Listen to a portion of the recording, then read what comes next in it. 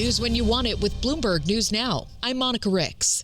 Corporate executives are on guard over President Trump's recent edicts. In the last week, the president has made a series of demands and orders aimed at C-suites, from pressing defense contractors to cut buybacks and calling out Raytheon, to pushing major oil producers to invest in Venezuela, all in service of shoring up his political fortunes ahead of midterm elections. But many CEOs aren't exactly embracing Trump's approach to business. In fact, many have pushed back against his policies, including more than 1,000 firms that have joined lawsuits contesting his tariffs.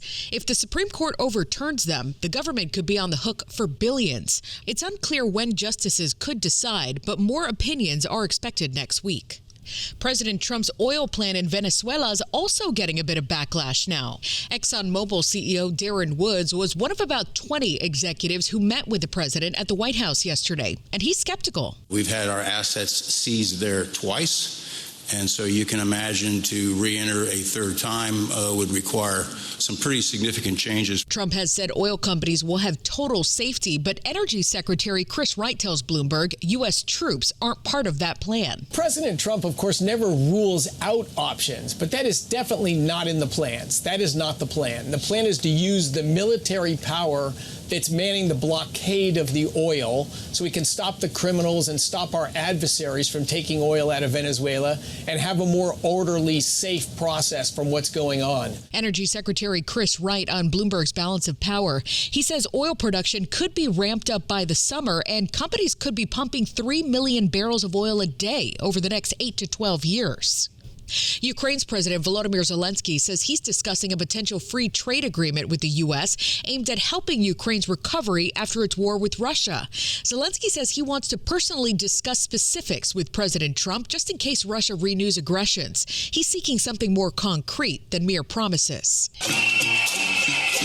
Protesters in Minneapolis made noise all night in hopes of driving ICE out of the city following Renee Good's shooting death. Today, Democratic Senator Amy Klobuchar of Minnesota sent a message to protesters. I feel like some things are being said to try to trigger us, and people should not take the bait. They should not take the bait. They should listen to Renee Good's wife's words, which is, go with compassion, don't go with hate, don't take the bait here. Klobuchar also says she's implored federal investigators to collaborate on the shooting investigation. So far, they've barred state and local officials from accessing evidence in the case. But White House officials linked new body cam video online.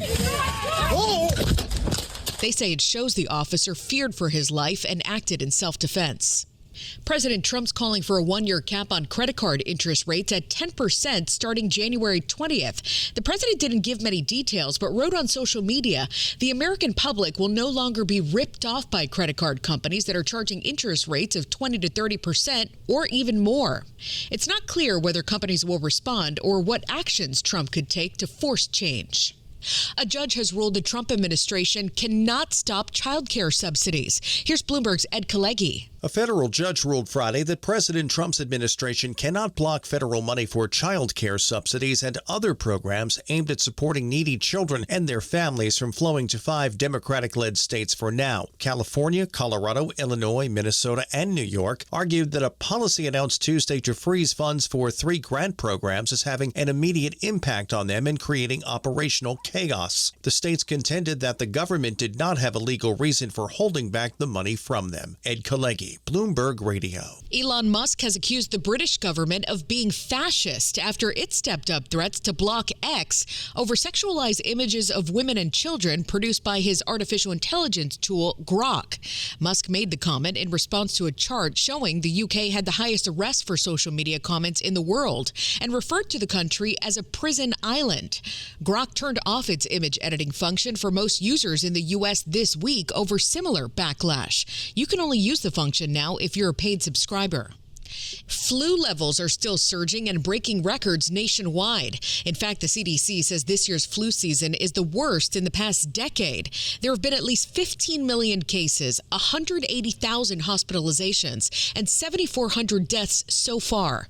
Health officials are blaming a new variant of influenza for making symptoms more severe this season and stress it's not too late to get a flu shot. And that's news when you want it with Bloomberg News Now. I'm Monica Ricks, and this is Bloomberg.